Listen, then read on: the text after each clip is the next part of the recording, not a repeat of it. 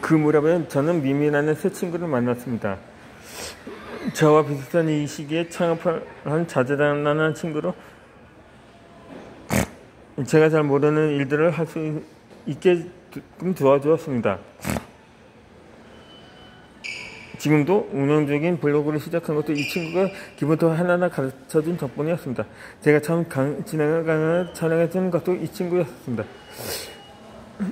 친구는 그래서 시기에도 아는 사람이 있었는 기억을 얘기할 수도 없고 색감 받아봤다면서 일본 일을 받게 됐습니다. 내게 맞추게 한 것은 사사가 얹혀도 그 정도 천사가 아니니까는 이끌만큼 생산차를 좋은 방향으로 이끌어줬습니다. 그래서 어느 날 그 친구의 제목을 전시민자 중에서 지민자는 사람께 남자가 나쁜 온 인실해져서 생각하라. 그러면 이 부자가 되리라. 난 책을 읽어보면 모든 일이 생각해서 이루어진다는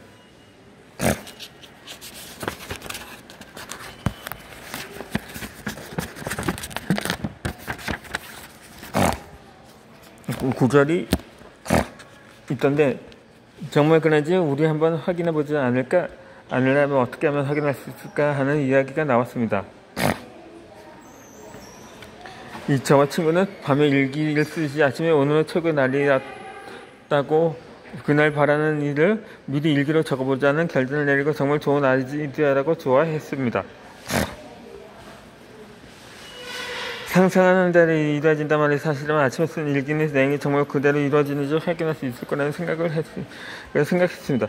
보통 어딘가에 적어두면 그 내용을 익숙게 잃어버릴까 그 생각이 사라지고 오히려 자신에게 생각해 하지 못한 것도 없었습니다. 게다가 그분이 누군지도 읽으면 기분 자체는 지금 듣기 시작했을 수 있기 아무 생각보다 더 많아서 좋은 방법이었습니다. 친구는 더 나아가 매일 이루어진 일만 따로 정해서 서로 공유하자고 말했습니다. 그 무렵에 저는 열심히 하자고 결심했음에도 오랜 기간 지속된 경제적 어려움과 타인에 대한 부시로 저도 모르게 자꾸만 생각과 말이 부정적인 방향으로 흐르곤 했습니다. 이 총명했던 그 친구는 저를 몰아붙이거나 불편하게 하지 않으면서도 제 생각이나 말과 행동을 자연스럽게 긍정적인 방향을 이끌어 주었습니다. 설령 의도적으로 한 행동이 아니었다고 해도 그 친구는 아마 직감적으로 그렇게 되리라고 짐작했을 것입니다. 저는 아들에게 선물로 받은 그 특별한 노트에 일기를 쓰기 시작했습니다.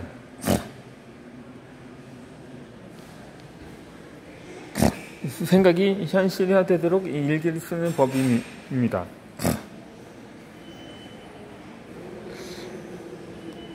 다음 날부터 저는 일기에 적은 내용 가운데 실제로 이루어진 일들을 친구와 공유하기 시작했습니다.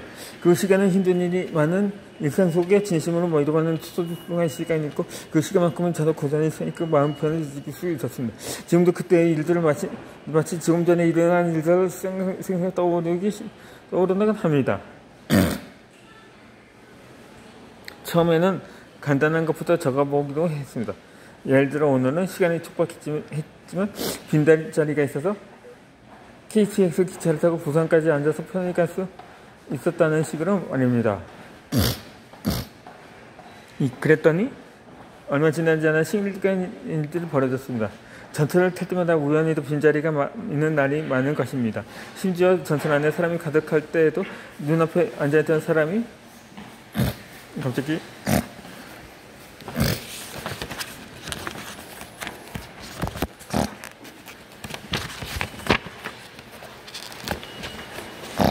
이 사람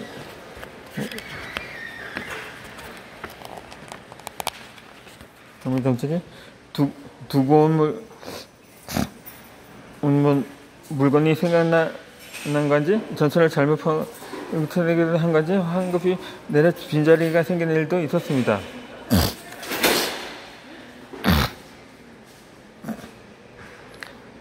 실제로 이렇게 이루어진 일들을 이 친구가 서로 이야기하는데 열중하다 보니 아침에 쓰는 미래 일기를 친구와 공유하는 일이 점점 즐거워졌고 앞으로 또 어떤 일이 일어날지가 기대가 되었습니다. 당연히 일기에 적은 내용이 알려지는 아날도 있었습니다. 앞에서 이야기했지만 아무리 노력해서 빛을 다 갖고 싶다는 바람은 쉽게 이루어지진 않았습니다. 다른 사람들에게 이야기하기 어렵거나 부끄러운 일도 일기에 적었지만 아무 이루어지지 않은 일은 공유하지 않아도 되니까 부담이 되지는 않았습니다. 그러던 오늘날 문제 생각이 나도 이제껏 적은 일기를 다시 꺼내 읽어봤었다. 실제로 이루어진 일에 동그라미치면 일기를 읽어 내려가다 무척 깨달았습니다. 실제로 이루어진 일들은 적은 문장에서 모두 공통점이 있었습니다. 내용이 바로 감각 그지가 왔었으면 자연스럽게 있었다는 것, 그리고 감사하다, 기쁘다, 즐겁다와 같은 긍정적인 감정을 나타내는 말들이 함께 적혀 있었다는 점이었습니다.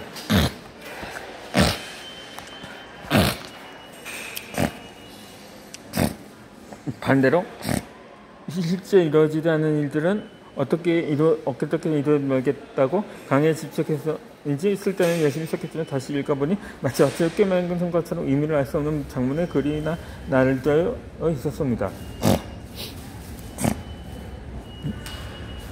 다음날 친구에게 이 사실을 이야기하다 대단한 발견이라며 마치 자기 일처럼 기뻐해 주었습니다.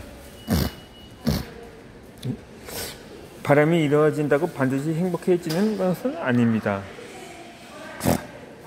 이 시간이 지나서 점점 일기를 쓰는 요령을 터득하게 된 저는 램프의 요정진이나 우주를 향해 소원을 비는 식으로 일기를 써보는 여유도 부리게 되었습니다.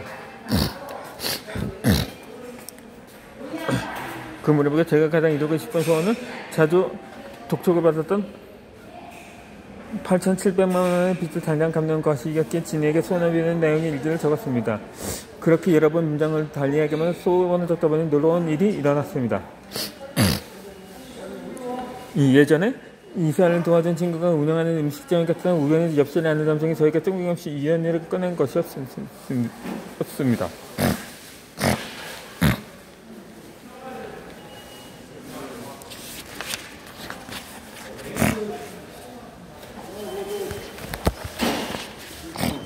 분친께서 운영하지 않고 은행에 저축해둔 돈이 수천만 원인데 그 돈을 투자할 곳을 찾고 있다고 말입니다. 친하지도 않은 듯 사는 사람에게 그런 이야기를 할 사람은 흔치 않으니 당연히 이상했습니다. 평소 같으면 어머 그러세요? 큰 돈이네요? 하면서 그 자리를 떴을 것입니다. 하지만 그 순간 어쩌면 아침에 쓰는 미래일기의 효과일지도 모른다는 생각이 들었습니다. 그래서 사실 제가 이러한 사업을 하고 있는데 자금난에 시달리고 있어요. 혹시 저에게 초여자줄 생각은 없냐고 물었습니다. 그러다 그 남성은 초면인데도 불구하고 승낙을 하면서 너무나도 흔쾌히 대답을 했습니다. 그러다 보니 점점 더 이상했습니다. 잘 알지는 못하는 사람이 어떻게 될지도 알 수 없을 뿐더러 애초에 워낙 믿기 힘든 이러다 보니 틀림없이 그냥 농담이겠지 싶었습니다. 하지만 그 남성은 실제로 저에게 세 차례 투자를 했었습니다. 그가 투자한 금액은 노력해서 정확히 8,700만 원이었습니다. 하지만 그 당시에 저는 이러한 행운을 대대로 활용하지 못했습니다. 기껏 투자를 받고도 한동안은 좋은 실적을 거두면서 투자 수익을 지급하겠다는 날에 약속을 지키지 못했습니다. 마침 그 무렵에 투자한 남성의 건강이 좋지 않은 데다 경기조차 나빠지는 바람에 투자금을 얼른 방환해달라는 요구를 받았고 저는 빚이 되어버린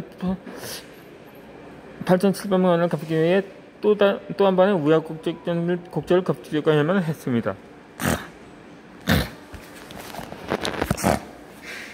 이 쓰레기는 경험을 통해서 저는 나중에 쓰는 미래 일기를 적고 소원이 이루어진다고 해도 일기를 어떻게 적었느냐에 따라 그 결과가 불행이나 행복을 가질 수 있다는 사실을 깨달았습니다. 올바른 방법으로 소원을 빌면 행복한 결과가 나오지만 소원을 비는 방법이 잘못되면 불행이 될 수 있다는 뜻입니다. 핵심은 행복하게라는 말입니다. 많은 일이 있었지만 저는 그런 상황에서도 수개월간 아침에 쓰는 미래일기를 꾸준히 닦고 그가운데 실제로 이루어진 일만 친구와 을 친구와 공유했습니다. 그 몇살 차이 매사는 부정적으로 생각하던 제 습관이 싹 사라졌습니다. 그리고 과거에 허위로 공사를 의뢰한 고객에게 저는 고지총원이 친구들 급하던 친척들, 저를 집에서 내쫓은 어머니에게 오랫동안 품선 분다고 쓰러들면 제 마음도 서서히 치유되어 갔습니다. 아직 완전히 해결된 것은 아니었지만 상황이 조금씩 나아지자